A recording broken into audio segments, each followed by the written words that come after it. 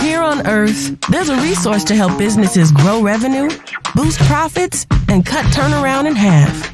And would you look at that? We've got 8 billion of them.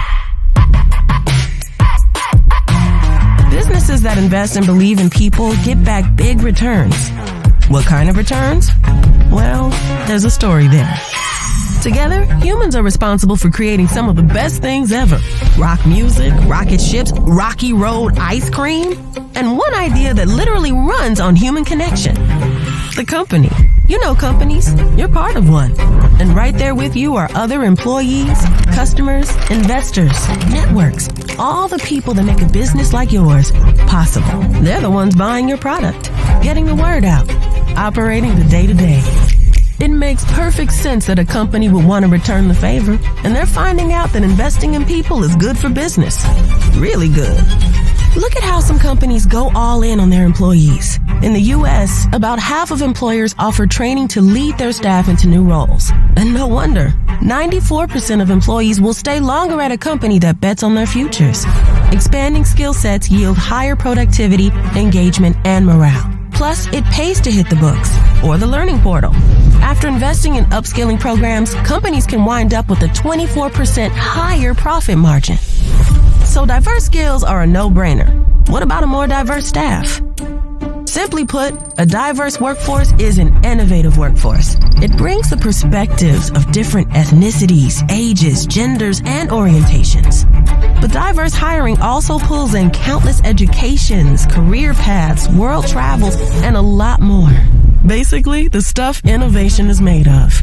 Companies with more diversity make 19% more revenue from innovation. The diverse management team and the ideas that come with it earn 10% higher profits overall. To top it all off, retention's always higher at companies with diverse hiring policies and pay equity.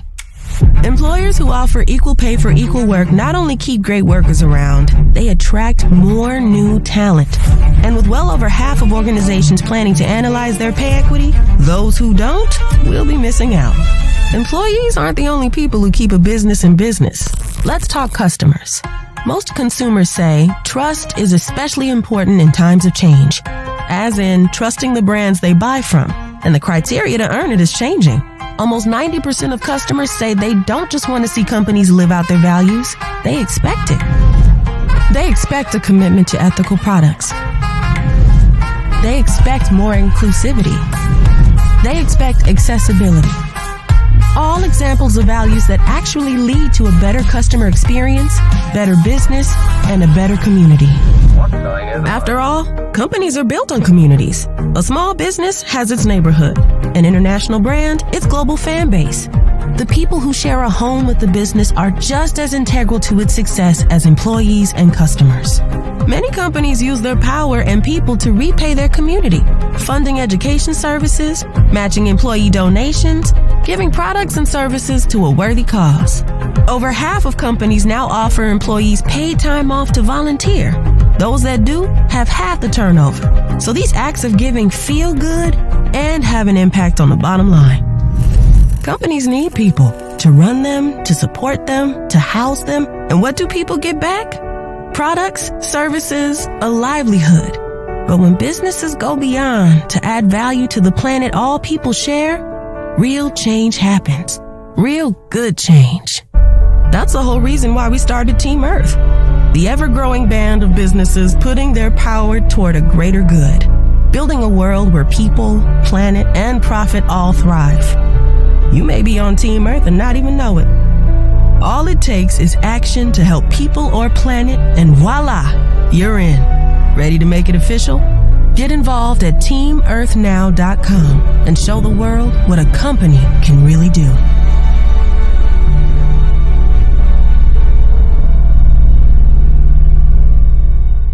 Okay, so what an inspiring video from our technology partner Salesforce. Also remember that this coming Saturday is Earth Day. Joined us, my name is Frida Smith. I'm a customer success strategist at B5 Digital, and I'll be your host today. Make sure to tell us in the chat where you're joining us from today so that we can see where everybody's from.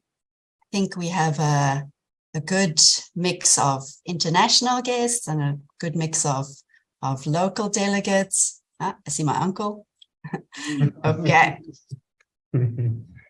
People from Somerset West, Stellenbosch, Johannesburg, Finland, Swakopmund, Windhoek. Swakop. Amazing. Thank you. Keep those chats coming in. We're curious where you're from. Germany, Oshakati. Super. I think we can continue, Frida. Yeah. Okay. So today we have two great speakers. We've got Wilko Ashenborn. He's from Swakopmund, but today he's in studio. Would you wave hi to the people, Wilko? Wilko? Hello. Hi. I waved already, Frida. How's it, everybody? I'm so sorry. Yeah. And then we also have our founder, Armin Wieland. He's also joining us in studio today. Say hi, Armin. Hey, everyone. Great to be here. And thank you, Wilko, for coming all the way from Swakop. I know you drove through this morning, and really great to have you here. Thank you, and looking forward to a fantastic V5 Africa.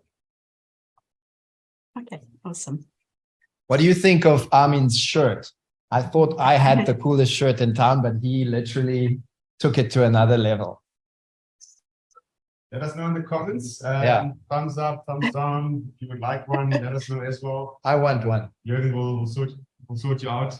And we'll just mention your size as well. Large. They are awesome. So on the agenda today, we've already watched the awesome video by Salesforce. I think we've got the welcomes well in hand. And then next, Wilko and Armin are going to discuss how to dream, build, and scale a successful African tech business. After that, we have plenty of time for a Q&A. So remember to put your questions down. And then after that, we'll discuss what's next for V5 Africa. We won't keep you too long. I think we'll be out the door in the next 55 minutes. So if you've never heard of V5 Digital, please give me a second to introduce us and say what we do a little bit.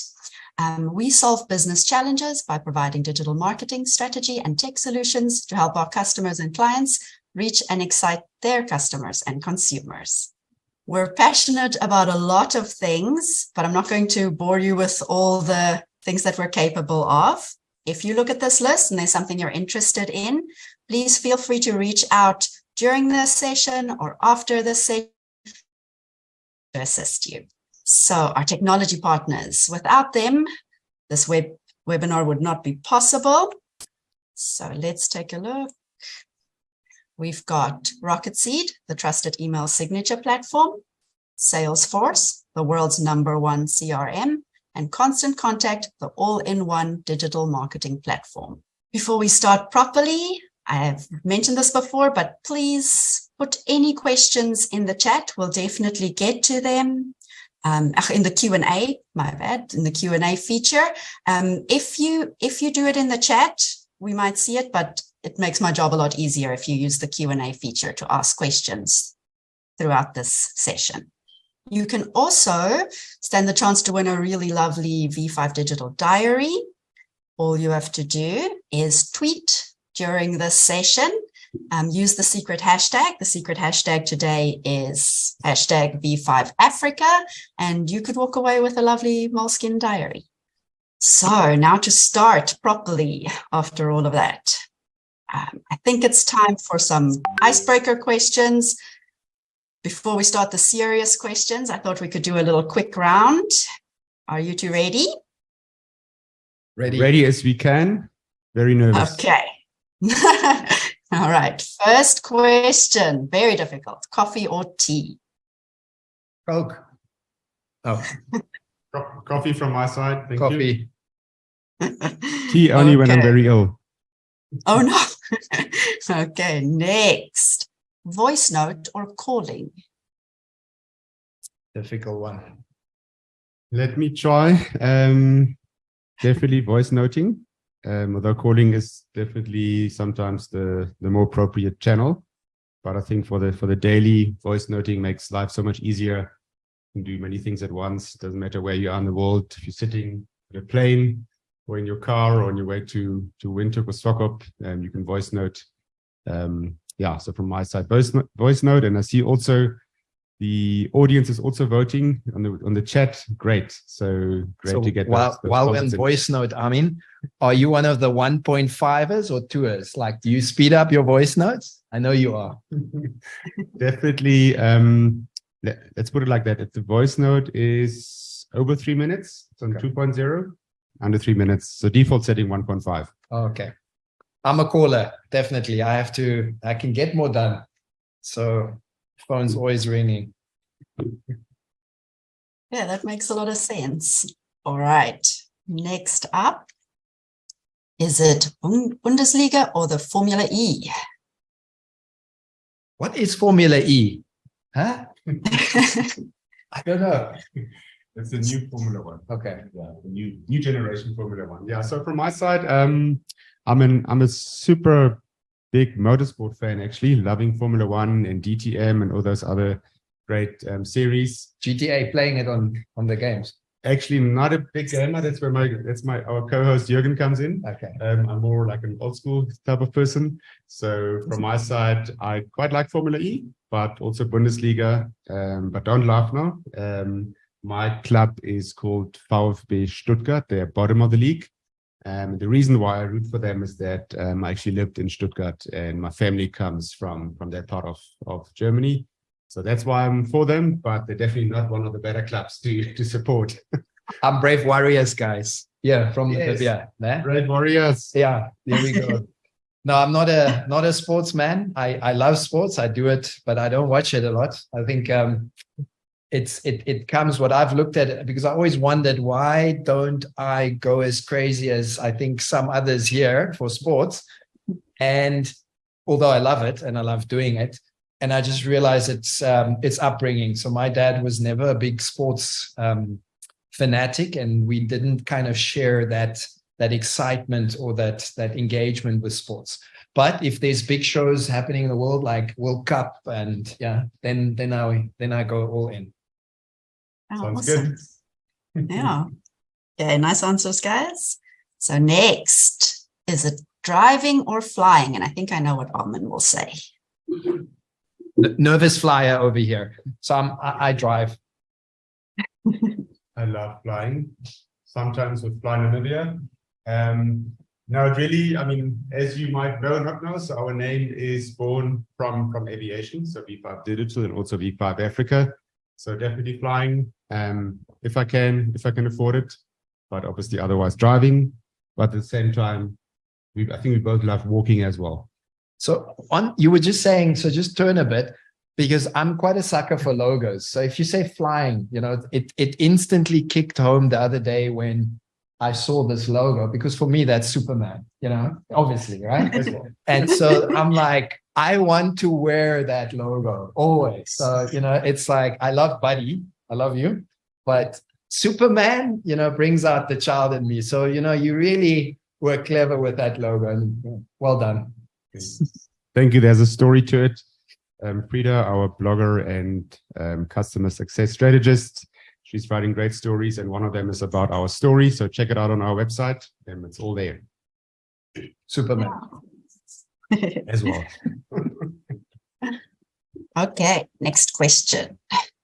Learn by watching or by doing? From my side, I think we need to also speed up things a little bit. Definitely by doing.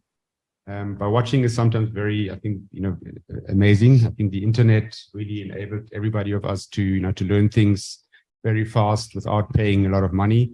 So it really democratized that whole process. But I still like to, so I'm, for instance, a point in case wouldn't want to take out the instruction manual, but rather actually, I just wanted to take out the camera and start taking photos, or take out the phone, or whatever it might be. So rather by doing, but if I struggle, definitely by watching.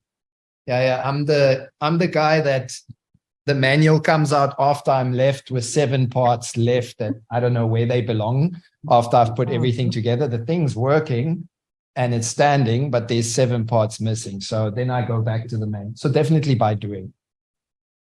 Yeah, perfect. Next quick one, physical meeting or Zoom? Definitely physical, if I can. I think Zoom has made it easy for us. And obviously COVID really showed us that we can connect anywhere in the world. And I think the excitement sometimes is while you're traveling, especially while you're traveling, getting some inspiration, being in that sort of freed up space. Zoom allows you still to connect to the team, to your customers, etc. And then obviously share that energy back, which I think is needed. But if you can do a physical meeting, I think there's so much energy to be shared. Also like this one today, it's more important you're connected. Something else just comes across.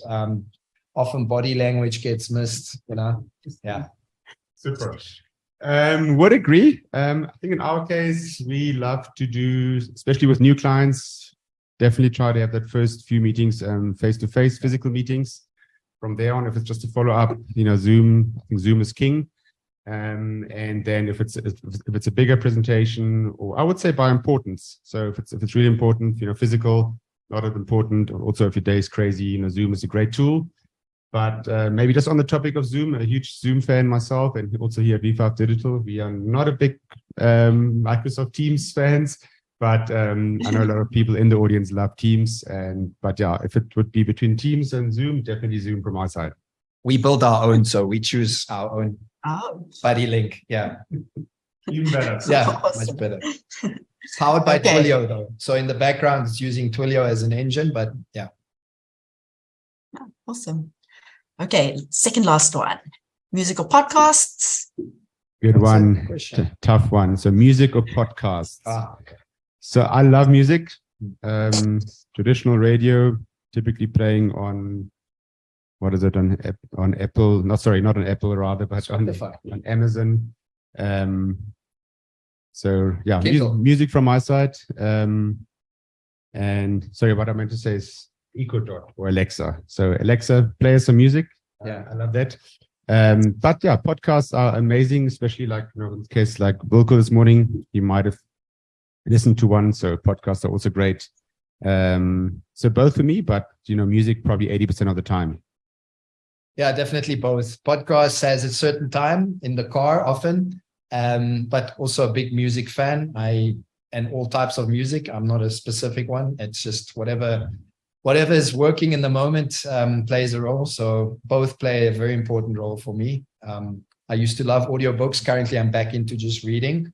But there's an essence, especially Matthew McConaughey's new book, Green Lights. Hearing him speak and his energy is like next level. So audio or podcasts have a big space. Okay, and now we're going to do one last quick one. Answer quickly for me: online shopping or in-store shopping? I'm going to be biased, guys. Online shopping, of course, that's my business. Not an in-store fan. It takes time. It sucks. Some stores where the cleaner doesn't let you move through the aisles. Some of you will know who I'm talking about. Or where the checkout process isn't always as simplistic. So online shopping got its perks. I mean, that's what Namibia's moved into since COVID. That's what we're striving to push. It's got so many benefits, so definitely going there. Right. I think in my case, it's not as clear, although I'm a huge online shopping fan. For me, it's about the customer experience. So if the online shopping customer experience is amazing, by all means, I would prefer that. But in cases, the in-store experience is also great if you want to smell and touch a product or want to fit it on. I think there's still some perks to it, but yeah, as we know, the world is moving definitely into e-commerce, and online shopping is good, especially if it's from Buddy. Yeah, thanks. Exactly. Okay, thanks guys for all your questions. Now, I'd please like you to introduce yourselves and your business a little bit to our audience so they know exactly who you are. Sure. All right. I'll be speeding up things a little bit. Armin, founder of V5 Digital. We are a full-service digital marketing agency. In my prior life, I was at the Alta Van List Group. Corporate guru. Corporate guru in IT, but later also head of digital. And my prior life, I was working in Germany as a SAP or ERP consultant, and farming on the side. And yeah, love all things digital and entrepreneurial. Awesome. I'm Wilko, CEO of Buddy Industries, but an entrepreneur by heart and spirit. Buddy is one of the businesses that I own a big part of and run. Armin asked me, is it the majority of time? And I would say most probably it is. But I have several other businesses, so definitely entrepreneurially spirited, passionate about business, definitely. At Buddy, we focus on what we call the rewarding transaction. Obviously, the both words rewarding and transaction means a lot. A transaction in today's world is all about not just payments, it's information. So obviously the rewarding elements are rewards, loyalty, cashback. It is the payment, the instrument of facilitating the value exchange. Definitely big into that. Our underlying slogan for Buddy is Buddy adds smiles to your day. And obviously, again, smiles is a loaded word.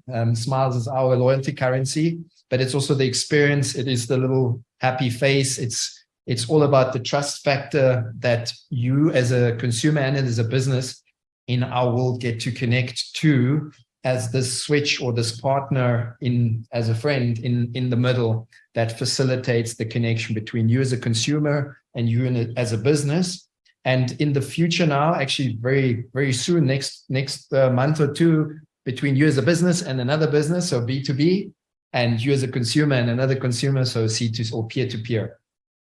So that's me. Thank you. Awesome. Thanks, guys, for the great intro. Thanks. Okay, so our first meat and potato question. What inspired you to launch your own business? Right, I'm going to go first because, Wilko is our main speaker today. I'll be just here for support.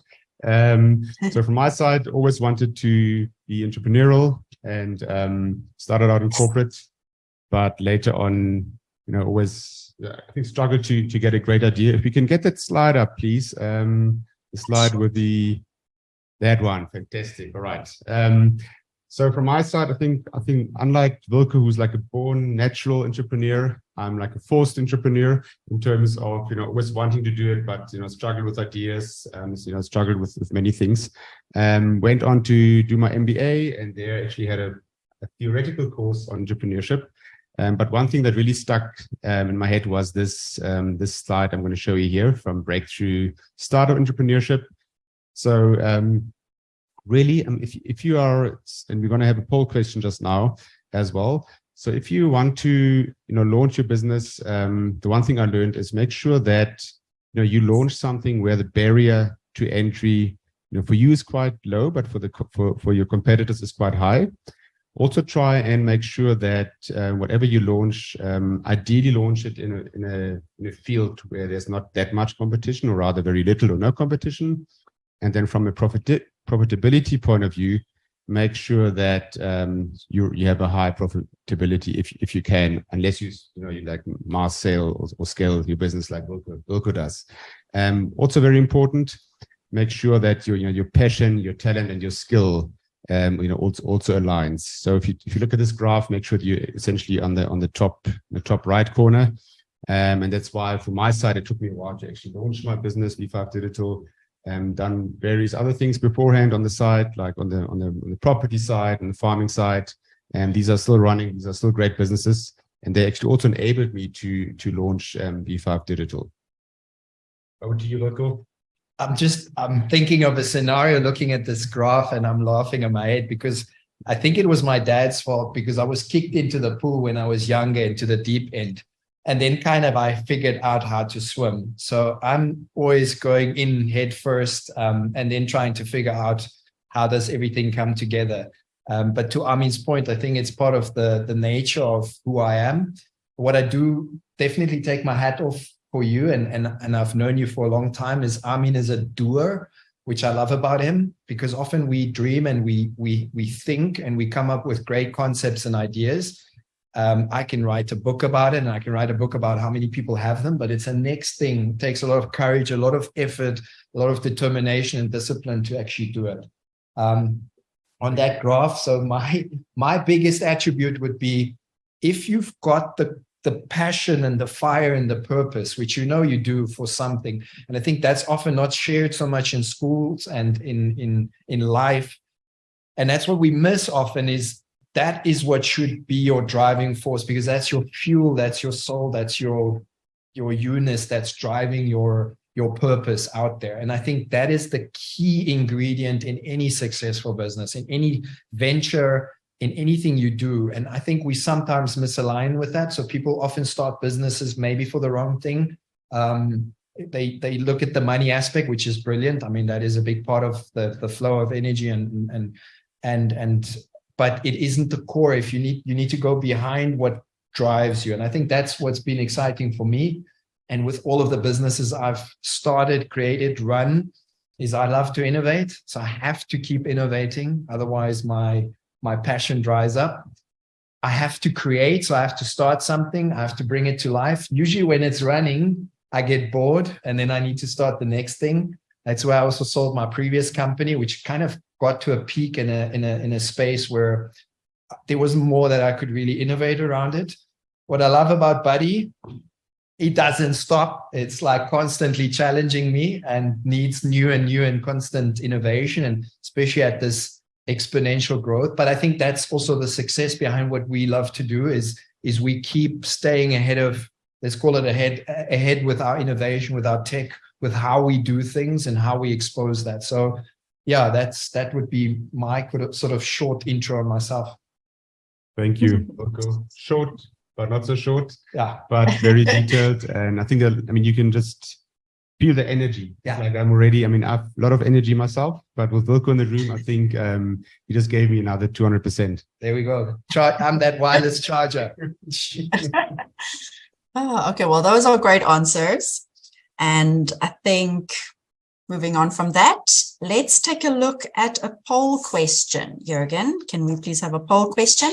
The question is, are you interested in starting your own business? So say yes or no, or maybe after today. Maybe. Right. Looking forward to your answers here. Again, there's no right or wrong answers.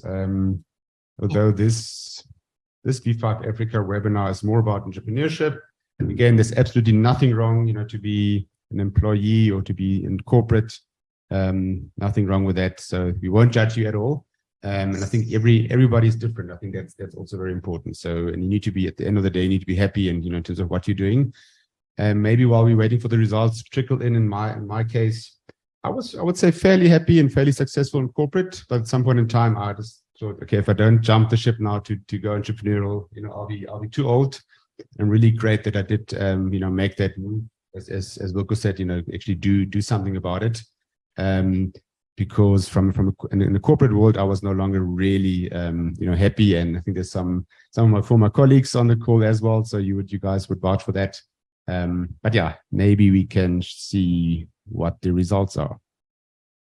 So those watching from Buddy's side, those employees, it's very important.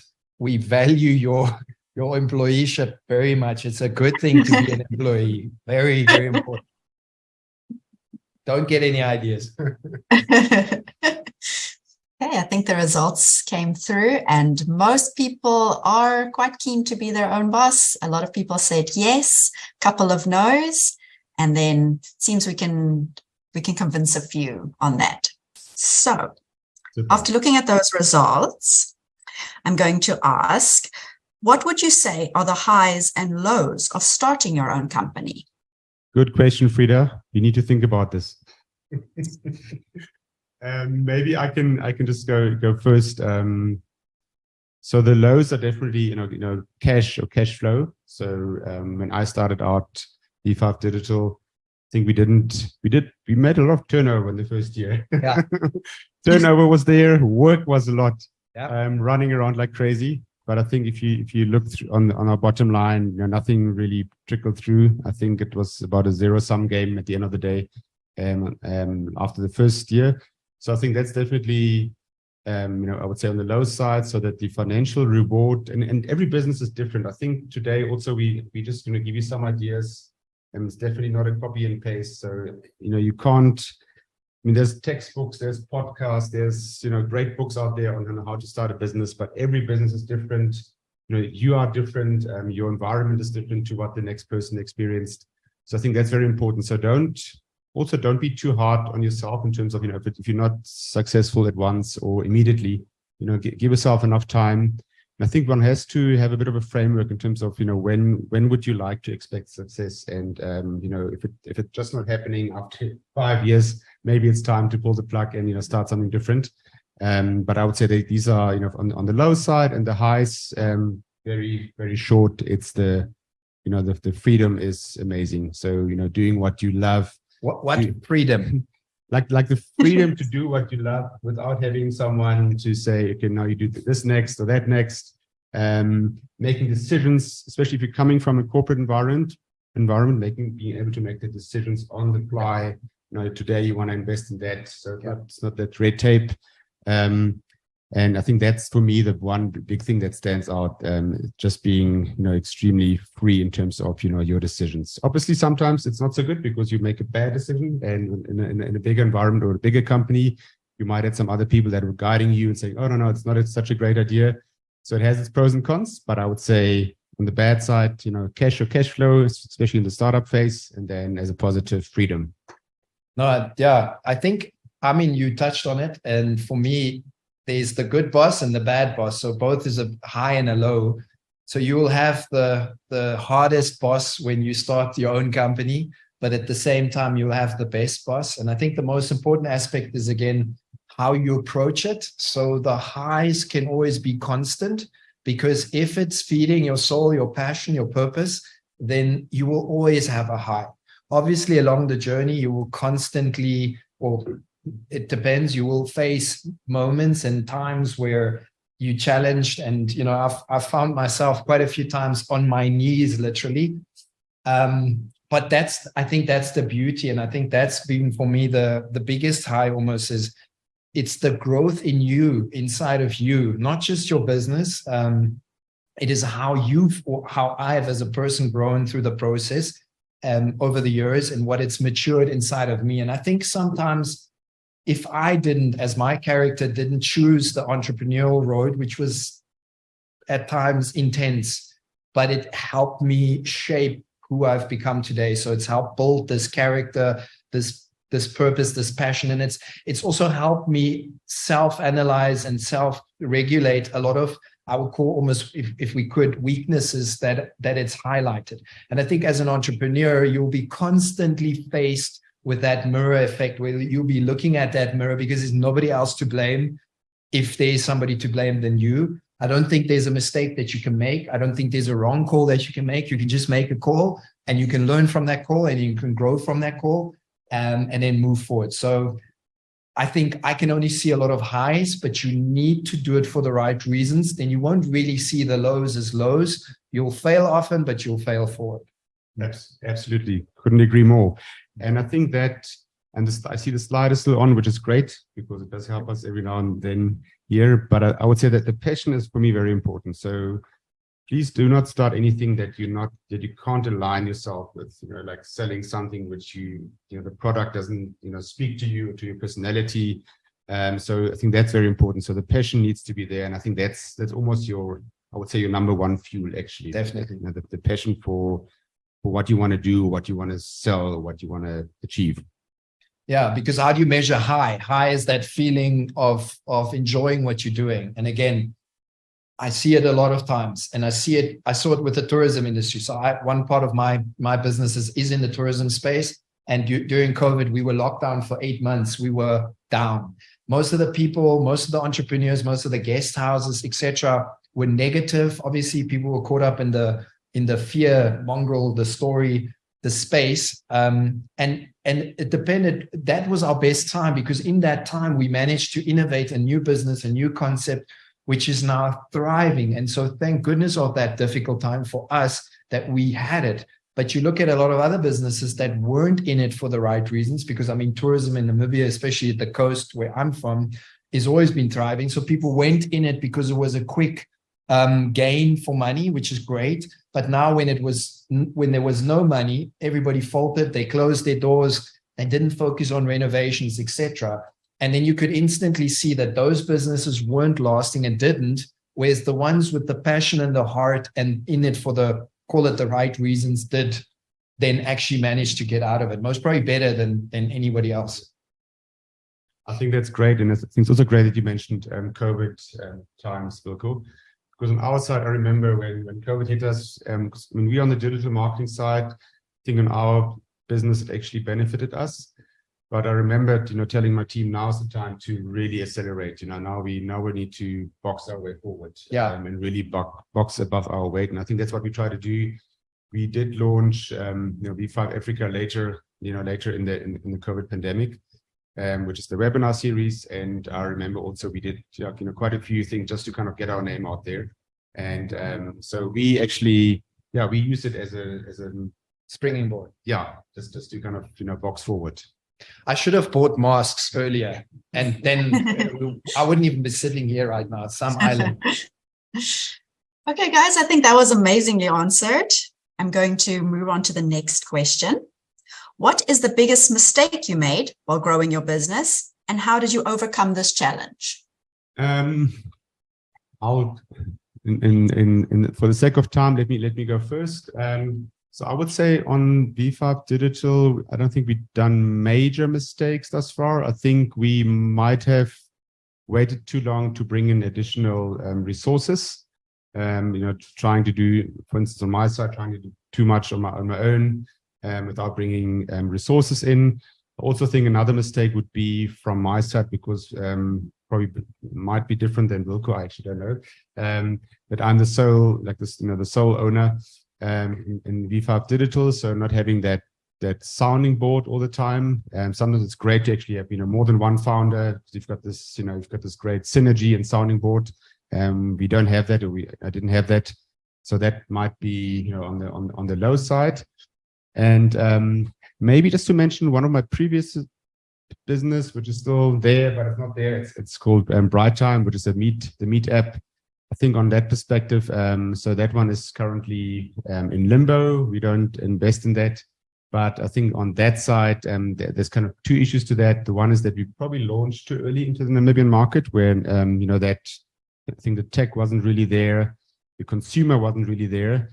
And we also didn't really solve, a key problem to the consumer. And I think that's another thing you would learn from people like Wilko, or people that write their own books, that in entrepreneurship, you need to solve a problem. You need to solve a problem that the consumer might have. And I know in Bright Time we didn't do that completely yet. We're still going to go there, so watch the space. But I would say in V5 Digital, it was more about not having multiple owners and founders around, but just kind of relying on myself. Nice and short and sweet. Thank you. I think the biggest mistake, going to buy bunny points here, is I should have told my wife earlier how much I value and appreciate her in my business. She's part of one of my other businesses, and one can never be too forthcoming with compliments. No, I'm just joking. I definitely do give her those compliments as much as I can. Like I said, I'm buying brownie points here. So I don't look at it as mistakes. So it's even difficult for me to look back and see what was a mistake, because everything that happened and everything that I've gone through it needed to happen. There was some intense moments and some choices that, if I look in hindsight, I could have done differently. But would I have been where I am now with the learnings that I have now? I don't think so. Currently, and I think that's the space we can sort of project on, I think looking at where we are now, we should have started, and this is very important for anybody starting their business, especially with tools like Xero, etc., accounting systems, we should have started the accounting transaction first. So literally looking at your lowest, meaning your deepest level transaction in your ecosystem, and understanding exactly what that transaction brings from a profit perspective and a cost perspective down to the littlest point. Because in our space, we sell airtime and we do e-commerce and electricity, and we've got so many different digital products that we facilitate. And so when you start there and then map those back into your accounting system and ideally automate that process, because currently our biggest headache and frustration that's taking us a bit away from innovation these first few months is audits and financial admin. And obviously when you start up, which we were for a long time, we were start up in a growing space, we don't care about finances that much. We're caring about innovating and marketing and getting our product out there and working. But when you get to a matured phase, obviously finances are very important, because you're measuring bottom line. What are you making? And when your accounting systems aren't automated and connected, it can be sometimes difficult to actually see what is your bottom line, what is your cost factor, what is your profit margin, and can that sustain this, this business of yours. So I would actually then say currently that is something, if I could go back, having automated our accounting into tools like which we're doing or did now into 0 years back. More positive, what was your greatest success while starting up your business, and how could our audience replicate it while building their own businesses? Wilko, over to you. Buddy is my biggest success so far, and success measured in different ways. And sorry, you can't replicate him. It will take you too long and too much money and manpower. No, I would definitely, because the success behind him is just so multifold. It is the enjoyment of bringing him to life, the enjoyment of the creation of the brand, the expression of the brand, the constant innovation, the working with my team, learning from them, finding people that are actually much more clever than I am, and learning from them and growing with them. So I would definitely say that would be my biggest success, because that has personally enriched me the most and grown me to who I am today. Right on. Okay. I knew it. Hey. Well done on that. And I think, we've been watching Buddy from the sides, and you're my friend, you're my buddy in real life as well. And, but sometimes one looks at it and says, yeah, what is Wilko busy with? Is he on the right path here? And then one says, I wondered that also sometimes. And then you say then you see more, said, yeah, this guy he's making it, he's coining it. So really well done on that. I think that Buddy is really a Namibian success story, and we're going to get to the scaling hopefully just now in terms of how you're scaling it across Africa. First super app in pretty much Southern Africa before VodaPay. We coined that super app word from East or from Asia. So we're very proud of that concept. Sorry. Super. No. Bragging rights. Of course. So just from my side, I think V5 Digital, I think our biggest success is obviously our team, having a great team on board. I think you guys are listening. So they definitely do. Again, thank you for being stellar. We are busy, hiring more resources. So if you thinking about joining us, now is the time to hand in your application. It's on our website. But we probably have 1 or 2 more, people coming in. I can say very soon. But also, so it's definitely the team. Great team. The right people on board. Also I would say the passion that I have and that V5 Digital has, is felt amongst every team member. I think that's really one big success. Another big success I think is how we are obviously have few competitors in the market, but I think our approach is very unique. And so I think that's a big success of ours. And I think also lastly, our branding. I just wanted to say your brand presence, Armin, you've done an amazing job with creating that stickiness. Well done. So we're trying. Yes. No. Over to you, Frida. Okay, perfect. So let's have another poll question. Jürgen, will you start us up there? We have the waiting for the poll. The poll question is, in what industry would you love to start a business? So you can start it in technology or retail, agriculture, agri-tech, clean energy, finance, fintech, professional services, entertainment, or other. If you had no obstacles, what would you love to start a business in? Again, no wrong answers here. We're just curious. Male gigolo. Be under entertainment. Yeah, yeah. It could be very profitable these days. Okay, Keep those votes okay. coming in. Rita, I'm also looking at the time. It's 1:45, so you might want to speed up one or two things. So yeah, I would say let's launch the results. Yes. Okay, it looks like quite a big-ish for technology. Male gigolos, professional services there. Tech, huh? Tech is big, retail. Obviously, there sometimes can be the same if it's an online e-commerce. It could be tech and retail combined. None on clean energy. It's a bit disappointing. I'm a big clean energy fan. The whole green hydrogen, solar. I think there's a huge need for that. Also moving to net zero.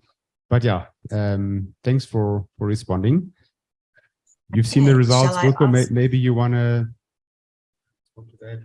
No, I think it's interesting. So we can see tech fans on the call.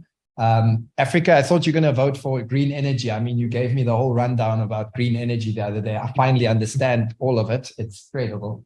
And there's a big space coming for us in the fintech space there. So I don't think you voted Africa. Right. Okay. So based on the poll results, which industry do you think holds the most potential for entrepreneurs in Africa and why? What would you guys say? Fintech. Yeah, that's a very biased question. So you'll get biased answers. Really depends, what your strong points are. And personally, I believe the whole technology, digital is obviously a big one. That'll just accelerate further. So I think with our technology, we are.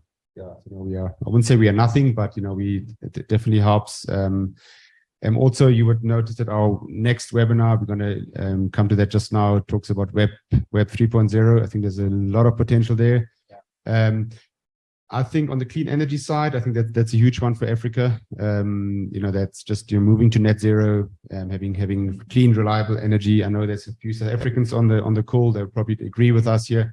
That's definitely a big one. Also on the whole agriculture, agri-tech, it's a big one, I think, in Africa. We need to feed our populations.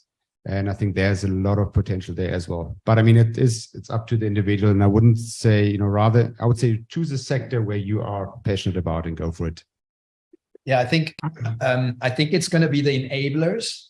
Speaks kind of also directly to our business. Although we in fintech and tech is a big part of our journey is to empower small or micro businesses, especially in Africa, the Kuka shop, the one-man show, etc., and sort of bring this digital ecosystem to life. So networking, because only if you have a business or an individual enabled, can you facilitate a transaction, whatever that transaction means, or information. So the enablers are the foundation and the network of any future and current successful innovation to happen on.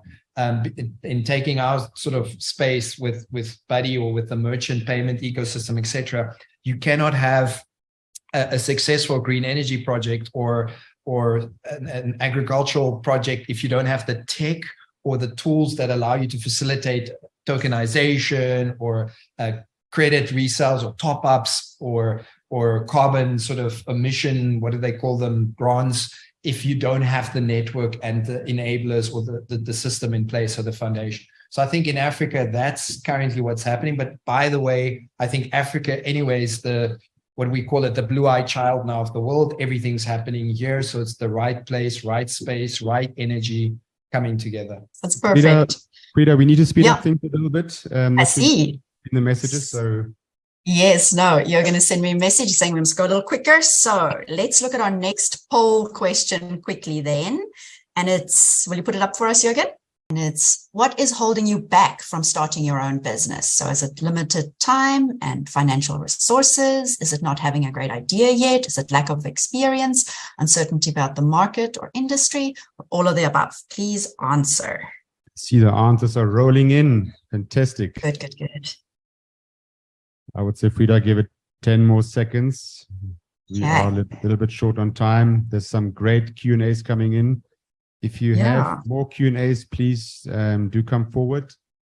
Even if we cannot answer them today, we'll definitely reach out to you on email or on a voice note or on a call to get back to you on those questions. Let's launch the results, please. What's holding you back? Let's see. Okay, so it's limited time and financial resources. Yes. Money, time, resources.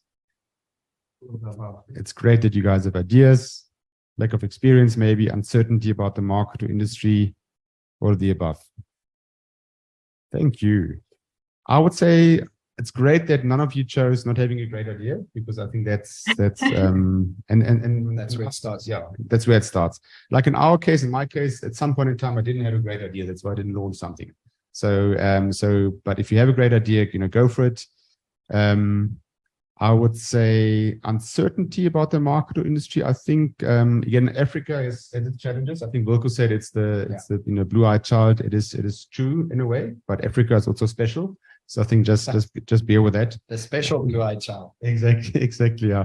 So, but yeah, thanks for your answers there. We might have time to zoom in on the lack of financial resources, how you could possibly overcome that if you have time. Maybe just a question from my side before we switch into the real questions from the audience. Wilko, our topic is dream, build, and scale. All right. I think we talked about the dream a lot, we talked about the build a lot. V5 Digital, we are not in the scaling yet. I think in the super app and the buddies side, you are scaling like crazy. So, and we want to know, just tell us very shortly, without giving away your trade secrets, how do you scale? How's it possible? Again, I think most important is I've been asked to keep it short and sweet. It's difficult sometimes, but it is dreaming. It is coming up with the feeling, but behind that, it's the action. So without action, you cannot scale. That's the simple, quick answer. So keep pushing, keep trying, keep knocking at the doors, keep doing. So the action behind what you are doing is by default going to result in the growth. And for us, it was meeting the right people. So for me, it was to make sure I'm targeting the right companies in SA as an example, because that was the natural evolution for us. Because Namibia, as they call it, is a great sand pit where we can test and build and innovate. But when it's working fine, now we need to take it into Africa, because that's where you have the masses. Namibia has got all sorts of ethnic groups and a great opportunity to test and build. But the moment you want to scale, you need to go where the people are. And obviously, one of our neighboring countries is SA. So for me, it was getting it out there to as many corporate or companies that would be interested in what we have, and make sure they understand what the success is behind this product. But action is key. I guess that's the short answer. Without it, you can't scale. Perfect. Thank you. Action, doing. Great. Love it. Over to you, Frida. So shall we start up with some of the audience questions? Of course. Thank you for submitting your questions thus far. If you have more questions, keep popping them in. Yeah, there's some good ones. So I'll start at David asks, how can African tech startup balance the need to grow quickly with the need to build a sustainable business model? And what role can digital marketing play in this process? That's for you, digital marketing. Damn. All right. David, thanks for the great question. Great to have you on board. Just want to understand it properly. So so from a digital marketing point of view, obviously digital marketing is a great equalizer. It's a great enabler. And I think that's where the magic comes in. You are able to reach, more people more affordably through digital marketing. And I think that's where the big, advantage comes in. Obviously, make sure you speak to us at V5 Digital to help you there. Yeah, and I think very important is that you get a team like Armin behind you that can help strategize a plan of action. I think that's something I've also learned is there are certain pros in the world that focus on niche areas, and digital marketing is quite a niche area, although it can be self-mastered. It's on another level, and to what these guys know and how to do it is key. But another very important, I think, learning from my side is find one one product, one part of your product, focus on that and get that out first before you create other functions or products that take away from that focus, if that makes sense. Cool. Focus is key. Okay. Thanks, David. All right, next question. Let me choose one here. At what point would you give up on your tech startup if it is not creating enough revenue? Is it just a matter of investing more money into marketing and hope that this money will come back in due to a big marketing campaign? So at what point do you guys give up, or do you try and invest more? Thank you, Jana, for that answer. Jana's also sorry, yes, Jana. Sorry. Wilko, you might want to tackle this one. Yes. I've been down that road, and you're faced with that decision so many times if you're an entrepreneur, especially a startup entrepreneur. I don't think a lot of startups, there's the few that instantly hit the golden road to success. For most of us, it's often a grueling road of having to face, like I said, the mirror and being really honest with yourself. I think at the moment it stops giving you pleasure, the moment I don't give up, but the moment it stops giving you pleasure, and that can mean many things. I mean, if funding's gone, you can't pay your people, you just have to put money in, but there's no space to get money from, but you'll be surprised. Allow, in my perspective, allow divine sort of intervention, presence, yourself to be guided. There's so many opportunities that suddenly pop up, but the decision has to sit with you. And I think if you've decided that you can still continue and you can go, and that is for the right reasons, because it's giving you pleasure and it's serving your purpose, you'll be surprised where all of a sudden the opportunities, the money, or whatever you've been lacking on comes from. And so don't focus on the lack, rather always keep focusing on the goal and keep focusing on your vision. Keep refining that vision. We had to do that so many times, but keep that focus. But only you yourself will know when it's time. I haven't met mine yet, ever. Yeah. Great answer. Thank you, Wilko. Jana, if you need more support there, be free to reach out to me and to Wilko just to help you there if needed. Okay, next up, Shadrach asks, what was your source capital among the F's? So family, friends, or fools? Great one. Let me take this one. Shadrach, thanks for your question. So in my case, it was definitely my beautiful wife, Junji. She helped me through the first year, just to make sure that things are ticking over. And so that was family in my case. But from there on, I would say from year 2, the business was able to carry itself. I think for us, it's been a long journey. We've had different revenue streams. The majority initially came from myself. I was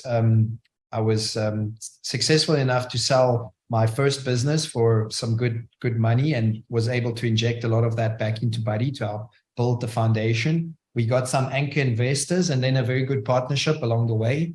So it's been different relationships that have supported us along the way, although it's not been one fixed entity. And even now, as we speak, we're moving into this whole nother space of a new relationship that's moving, Buddy forward.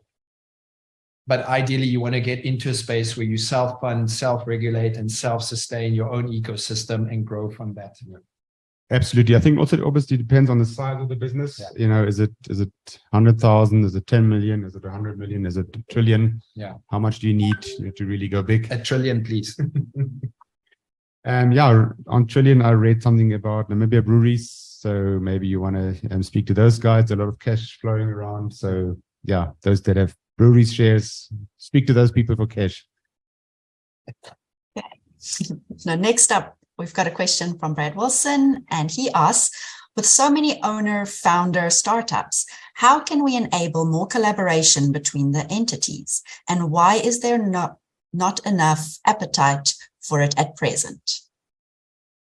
I think if we look at Namibia, it's a very good question. And it's something we faced, or myself, is that there's almost a lack of a knowledge base, of a network. I mean, in the recent years, you had a lot of businesses like Startup NAM and the GIZ initiatives, and NAM, Angels, and all these guys starting up, which is great. I mean, they serve to that purpose from a funding perspective. But I mean, I think there's a need other than those. My friend Africa, who's on the call, is actually starting a sort of an organization specifically in the crypto/fintech space, which then solves to a lot of this, where you can actually go to this organization and get some guidance, get some knowledge, get some structure, some working structure, and also possibly get some good connections, because it's exactly to your point, we need to collaborate together to create success. And Namibia is really often, unfortunately, maybe because we're so young in this space of tech and innovation, everybody's little focused on their little own anthill instead of looking as how do we join and take hands and come together. I've tried many times with different entities and organizations. Often we've met a lot of resistance, unfortunately, but I think it is definitely changing in Namibia. There's this new space, new energy. So if you are an entrepreneur, if you are successful, give back. I think that's where it starts. You know, we have to, all of us, just give back in terms of knowledge and in terms of these organizations, which obviously feed or pull our knowledge into it. Absolutely. Just to add to, great question, Brad. I see you got many upvotes. Brad, by the way, is our next keynote speaker in mid-June. So maybe just to add quickly on what Wilko said, I think there are these, these organizations like GIZ, etc. But I think there's not enough done yet in terms of really bringing everybody together. And it seems that there's one, and then the funding stops, then they start again. They start from scratch, but there's not like a handover process. I think maybe just a great example is here, where we're sitting now here at Pro Studio. They're doing some amazing work with collaboration, and I think that's I really would like to applaud Pro Studio on what they are doing. Not to blow our own trumpet at V5 Digital, but I think the V5 Africa webinar series is in a way also a way of giving back to to Namibia and to Africa. And quickly on your note, like us in the delivery space, which is focused on e-commerce, it has been such a difficult road. Take Pay Today, they were the pioneers in the payment space, but they opened the opportunities for all of us other fintechs to come in and more easily convince the merchant or let him understand what the value is about a digital payment system. So us in the delivery space, opening this opportunity to centralize and cross-deliver across country will now open an opportunity for other entities and fintechs or e-commerce platforms to come in and utilize those same sort of rails that we've created. So I think it is happening. We just been a bit behind, and we're coming along strongly now. Okay, so we're going to go over a little bit of overtime. The recording will be sent to you. So if you have to dip out now, that's all right. So let's get to the next question. Thanks for dipping in. Yes, thank you very much for joining us. And hopefully we'll see you for the next one. All right, so Gita asks, how can the digital experts ensure that their innovative and progressive ideas are understood by the older generation?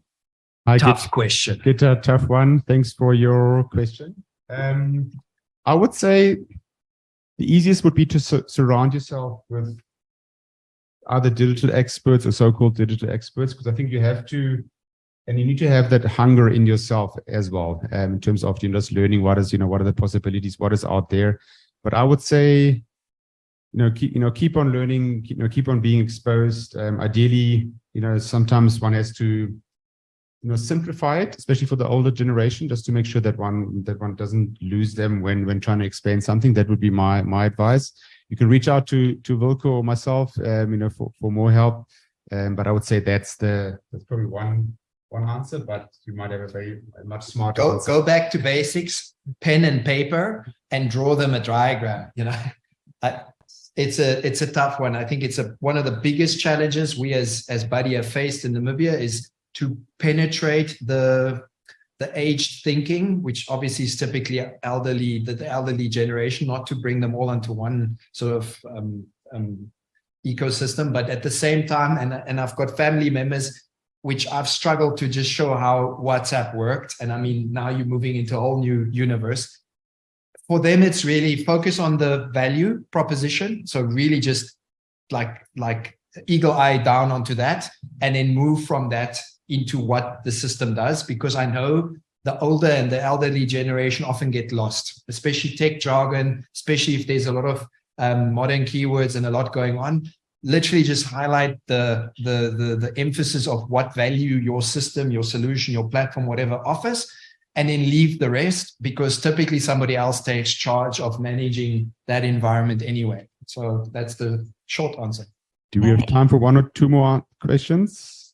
Shall we do, there's two more. Shall I ask quickly? Let's say, Tyra asks, have you guys started incorporating AI tools? Good one, Tyra. Thanks for joining us today, and thanks for your question. Yes, for sure. And I would say Buddy probably be even more so, but on the digital marketing side. So for instance, some of our tools like Constant Contact and SharpSpring and Salesforce, they do have, AI incorporated. And it could be that, for instance, on an email campaign, you would, plug in to the AI tool that will help you to predict in terms of your open rates and, predict the best times to send an email, for instance. And that would be one thing. Another one would be, you might know or not know it, but on our WhatsApp side, integrating that, for instance, with ChatGPT. There's a lot of work happening there with our technology partners, for instance. So that would be from our side. So the short answer is yes, we are busy incorporating AI tools. And over to Wilko. No, I think it's a good one. ChatGPT, what? Tell me a bit about Wilko. The first question, you get this whole long answer, and then tell me, how do you make money in Namibia? And then it's like, how do you make money? And just to see, what is the responses. And later I was like, oh, write me an Airbnb text for this property, and you will be. I was amazed. It's like, gee. But anyway, we've already included AI a while back into our chats ecosystem, whether it's through Messenger, WhatsApp, or Buddy. They're all integrated, and behind it sits a lot of AI. Not so much towards what's been launched now recently, which is it's incredible. So the world forward is really going to change at a lightning speed, and we've got some amazing plans how to utilize these new tools and services into our ecosystem. But we've got a lot of AI built into our environment from a payment logic perspective, from a rewards perspective, from a customer or consumer screening perspective, and it's a big part of the future. Hey, that's great. Okay, there's one last question. Shall I quickly ask it? How likely is it for an African startup to make it big globally? Or must we first try and get co-founders in developed countries and first launch it there? Thanks, Robinson, for the question. And that's why I have Wilko here. Don't focus globally, Robinson. Focus Africa. This is the next global. So Africa is your place to be. If you can make it, not make it, when you make it in Africa, that's where you want to make it. Globally is outdated. It's yesterday. The new today and tomorrow is Africa. So focus on first getting it right wherever your territory is now, but then move it into Africa. Africa is, you speak that culture, you speak that language, you understand Africa. Global doesn't understand Africa, although Africa understands global. And that's our key advantage and privilege that we have here as innovators, as entrepreneurs, as startups, is we have that as a seed of value that global doesn't have. So never, focus on Africa, focus on yourself. Nothing more to add from my side. Thanks, Wilko. Thanks, okay. Robinson. Perfect. Thanks, guys. I think that's it for the audience questions. Do we have time for the rapid fire questions, or shall we leave that for next time? I've got time. Wilko's got time. Yeah. Everybody's got time. Yeah. Okay, excellent. Then I'm going to ask you some rapid fire questions and then answer quickly because it's rapid fire. So let's start over here. What is the most important or impactful book you read versus what you are currently reading? Armin, would you like to start? All right, I'll go first. I've got the slide up here. Yeah. I'm a reader. I'm still reading Genius by Bruce Whitfield. Fantastic book, very much South African based in terms of how South African and African companies go global. How it just shows you what kind of innovation power really lies in Africa. Amazing book. You see, I've been reading it on the beach in the snow. I'm still reading it. but loving the book. So you're more than welcome to borrow it from me, or to reach out to me should you have more information. Bruce Whitfield is also a host of the Money Show on 702 and Cape Talk. Really fantastic person to listen to. And so that will be the book I'm currently reading. And another one which I quite like is What's Your Moonshot by John Sanay. Jürgen might send you the link there in the chat. I think that's a great one just to kind of help you frame, where do you want to go? That's it from my side. Over to you, Wilko. Is that your wife in the background there on the? No, that's not. Sorry. She's on the left hand side. On the left hand, it's the legs there. Yeah. It's not your legs though. I would say 3 books that have always stood with me over time.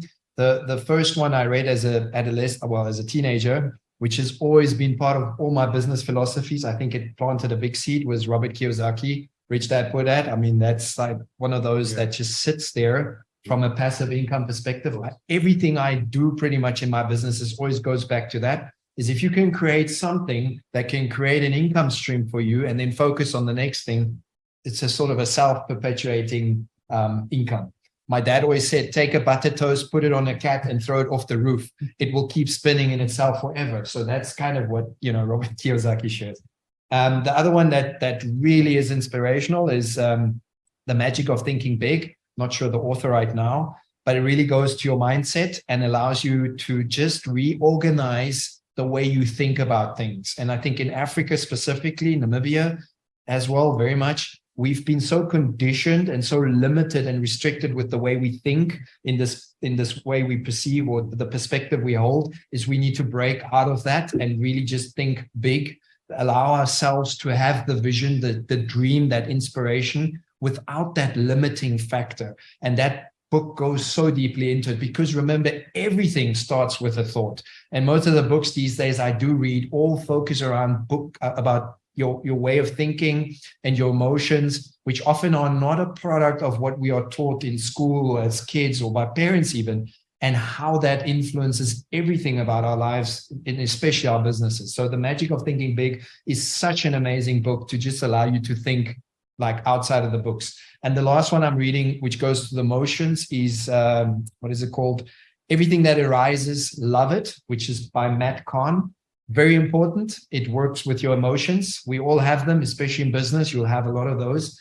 And it really just emphasizes that everything in life, everything is there for you. It is not against you. So it's for you. So whenever something comes up, even if it's a difficult day, an emotion, an experience, which we all have and will face, is love it, because there's a message behind it. There's a teaching behind it. There's an energy behind it. And when you look at it from that perspective, when you feel it from that perspective, you will grow so significantly, and obviously so will your businesses. Yeah. Absolutely inspirational. Thank you, Wilko, for that. Really love it. I've read the first one, Rich Dad, Poor Dad. And I think that's also in my case. I read it probably a good 20 years ago. And I think also in me, it sparked a lot in terms of, how to manage your finances, how to make sure that you do have passive income. And the other 2 I haven't read, but I'm definitely put them on my podcast. Awesome. Yeah, I hope everybody wrote those down. Okay, next up. What would be your advice to your younger self? So, since we're running out of time, I'll be short. In my case, start earlier. and start your own business earlier. Yeah, mine would just be like, just have fun. Don't ever forget that. Just stay and have fun. Because if I look back now, there was times that I lost that space and had to refine that often because of all sorts of things. And I just look at it and I said, I could have had so much fun, but I didn't, and I should have. So younger self, just have more fun and just go with the flow. Okay, brilliant answers, guys. So penultimate question, what has been the hardest decision you've had to make? I'll skip this one. Marry my wife. Yeah. Do I pick this one? Am I sure? Maybe not. Yeah. She's not listening, so I'm fine. I was in Armin's world. I was in the corporate space. It was to decide whether I'm going to go on my own or not. I was working for Coke many, many years back. It was a foundational element of a lot of learnings. I loved it. It was an amazing job. I loved that space. And to move, I just been promoted to such an amazing role with such an amazing income. And in that moment, to choose InTouch, which I then created for a specific project, not so much for business, or to stay in that corporate space. That was the most difficult decision I had to face. But I'm happy I did. 6 months later, I wasn't. I came knocking back at Coke's doors like, please take me back. But today, I'm so happy I did that choice and I made that move. Yeah, I would just like to add on that one. I think it's definitely, leaving, especially if the older you get and the more you get promoted, leaving that fairly comfortable, secure corporate job for something which has, zero, what can I say, zero guarantees. Yeah. That's quite a big decision. But it's something you need to obviously then, speak to, for instance, speak to your wife about it, amongst others, before you do that. She wasn't there yet then. Okay, well, kudos for being so brave, guys. And next question. What does the first hour of your day look like? Armin, would you like to start? Depends how early I get up. But how early do you get up? It depends. It's really, every day is different. But I would say lately it's probably like 5:30ish, more or less. But I'm not into early morning sports. But I like to, take my time in the morning and ideally plan my day. I think that's it on my side. So really plan in terms of what is, what needs to be scheduled, what is out there, how can I support people. That's, I would say, in a nutshell, the first hour in my day. I've tried the early sports with my wife, but that didn't work out. So that's so I get up at 5 and then I do the early morning sports. I go and run. I have a little gym. I go into the gym. I think it clears my energy, my space. I need to be active. It's part of a sort of a meditational routine. And then after, I actually do stretching and some meditation. I think that is about 20 minutes a day. I think it's so key. And I think in business, as an entrepreneur, often, especially starting your own business, you need to get in touch with yourself. You need to get in touch with spirit, with the divine, because there's so much information, there's so much guidance and support that comes. But if you don't make time for that stillness, and if that first hour, Tim Ferriss even writes about it, but that first hour shapes the rest of your day. So if you start it right, then it is an amazing, amazing day. So you just structure your energy and everything by that and go into that day. So that's part of my routine. Yeah, perfect. Thanks, guys. And I think that's all the question time we have left. So Frida, if I can quickly interrupt you, there's one more question from Nicholas and from Skyline. We will take these offline for the sake of time. So Nicholas and Skyline will get back to you probably via email or WhatsApp. Perfect. Right. And then we'll just tell you guys what's our next B5 Africa topic, and it's going to be with keynote speaker Bradley Wilson, and he's going to be discussing Web3 marketing, telling us a little bit more about how it's different from Web2. This will be on Wednesday, 14 June at 12 noon. So you can either sign up in the chat, I think there'll be a link, and then if we send you this recording, there'll also be a sign up there for you guys. The link is not ready. My bad. It'll be ready by Friday. Okay, no problems. We'll get that link to you guys and you can sign up, and please look forward to that. And then I would just like to thank everybody. Thank you, audience, for being so great. Thank you, speakers. That was amazing. I'm sure everybody learned a lot. And thanks, team. And we'll see you all in 2 months' time. Thank you, Frida, Jürgen, Jonathan, Wilko. Thank you, Armin. Thank you, team. These guys are next level pro and organized. Well done. Really. Frida, Jürgen, Armin. Very well organized. Thank you, everybody. Thanks for being a fantastic audience. And see you in 2 months' time. B5 Africa with Brad Wilson.